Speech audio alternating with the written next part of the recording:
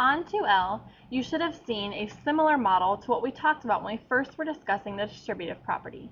You can actually find the area of this room by taking each of the rectangles' area separately and adding them, or by taking the total area, which would be 13 plus 7 multiplied by 11. And you should have noticed that you end up getting the same area when you fill it out the bottom. We'll go over this on Monday. On the next page, it asks what property this demonstrates. Hopefully you knew that this was the distributive property. We are going to use algebra tiles to explore simplifying algebraic expressions. We are going to use a long rectangular tile to represent x because it has a length of x and a width of 1, and x times 1 is x, and then a small square to represent the value of 1 because it's a 1 by 1 square and 1 times 1 is 1. So consider the expression 5 times x plus 1. There are two factors. Factors are just two things that are being multiplied. So the factors are 5 and x plus 1. So those are the two things that are being multiplied. You need to distribute to simplify this expression. So in this case, you'll multiply the 5 by the x and the 5 by the 1. We are going to actually use algebra tiles to model this. So you would start off with basically a T-chart, but it's a little bit bigger on the bottom right. So you have a line going down, a line going across. This demonstrates our multiplication. You'll have one factor on the bottom left and another factor on the top right. It doesn't matter what order you put your factors in. So here we have an x and a 1, so that's x plus 1.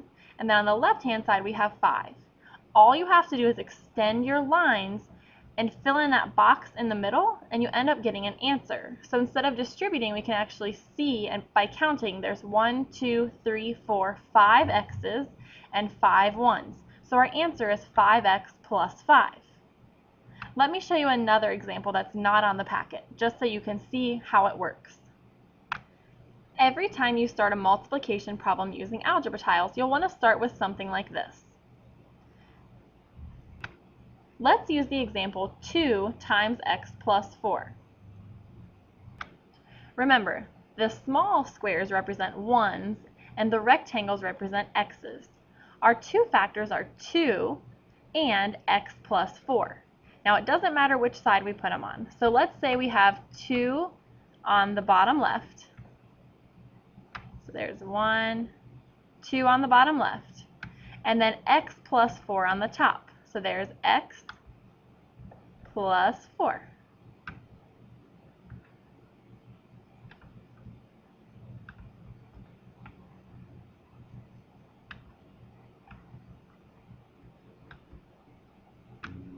This would be how you set up the problem in order to get the answer. Now, when you're getting the answer, you would actually take your pen or pencil and just draw straight across. And hopefully you'll do a neater job than I am until you fill in the space in between. And then draw down, basically just filling in all the area that is intersected by those two factors. So you just extend all the way on the bottom, extend all the way on the side, and extend all of your lines.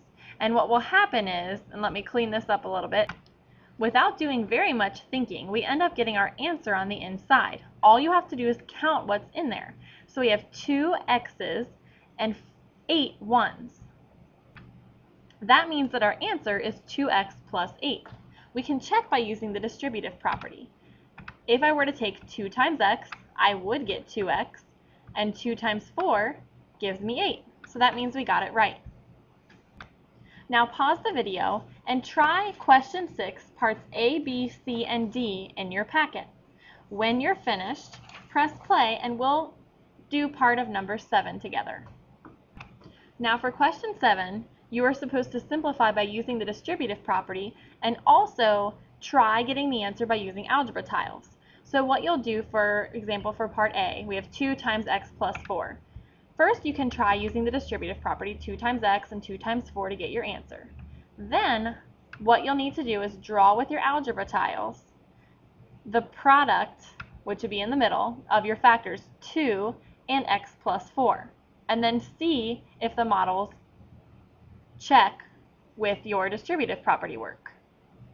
Now, if you have problems like B, C, and D, where there's more than one part, there's actually, you're doing the same thing, except you might have more than one model. For example, in part B, you'll have one model for 2 times x plus 5 and another model for 4 times x plus 7.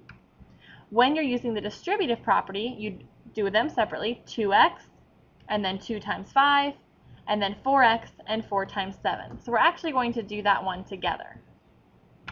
So when you take 2 times x, you have 2x, 2 times 5 is 10, and then we still need our addition sign, and then we'll distribute the rest. 4 times x is 4x, and 4 times 7 is 28. Now that we have that answer, we can actually simplify it by combining like terms, which means we're allowed to add together anything that matches, which means we're adding our x's together and then our numbers together. 2x plus 4x is 6x, and 10 plus 28 is 38. When you model this with your algebra tiles, you should end up getting the same answer. You'll do the same thing for part C, except the 5x is just 5x. You don't have to make a model for that. You'll just make a model for this part. And then for D, it's very similar to B. You'll have 2 algebra tile models and 2 distributive property problems where you'll have to combine like terms. Now for question 8, it says, can the problems 2/3 times 6x plus 12 and 1/2 times 4x plus 2 plus 8x be simplified using algebra tiles? It's actually really not easy to use algebra tiles when you have fractions. So what you'll have to do is use the distributive property without the algebra tiles. All you'll do is take 2/3 times 6x and 2/3 times 12, and then 1/2 times 4x and 1/2 times 2, and then combine your like terms with the 8x. Just in case you forget, if you're trying to multiply two fractions, for example, 2/3 times 6, that's the same thing as 2/3 times 6 over 1, and you just multiply your numerators. 2 times 6 is 12, and then multiply your denominators. 3 times 1 is 3, and 12 divided by 3 would be 4. So that's just to start you off. You'll need to do the rest on your own. So that's what you'll actually do for parts A and B on question 9. Once you're finished with those, you can resume the video and we'll talk about the next page. So far in this lesson, we learned how to multiply expressions together using the distributive property. Now we're going to learn how to divide them. So we are going to represent 4x plus 8 using algebra tiles. So this just means we need to show that we have 4 x's and 8 1's. Here's what it'll look like. So here we have 4 x's plus 8. Now in order to divide, we're actually going to divide the model into 4 equal groups. Then we're going to sketch the model using our algebra tiles. So when we're dividing into 4 groups, we're actually going to take them and divide them up into 4 groups. So here we have our tiles broken into 4 separate groups. We have each x in its own group and then 2 1's in each group. So we actually have 4 groups of x plus 2. So this expression is equivalent to what we have here, 4 times x plus 2, because we have 4 of those. If we look back up at the top, we actually ended up drawing 4x plus 8 in the beginning. So what we'll do for part D is verify that they are equal by using the distributive property and simplifying this expression. If I take 4 times x, I end up getting 4x. And if I take 4 times 2, I end up getting a positive 8.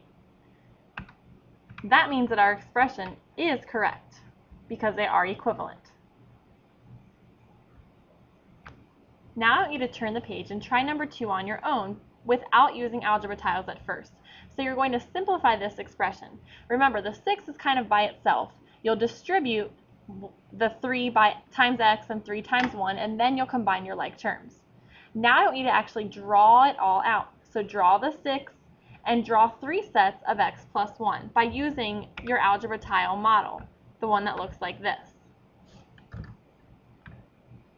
So you'll have the 3 and then x plus 1, and then the 6 will be drawn separately. Once you do that, I want you to divide all of those tiles into 3 equal groups. So including the 6 and everything that's inside here for your product. Divide it into 3 groups and sketch it out. Then, like we did in the previous question, write an expression to represent it, and then simplify it to see if it does equal what we started with, which was 6 plus 3 times x plus 1. The answer you got for part A. And it should equal the same thing.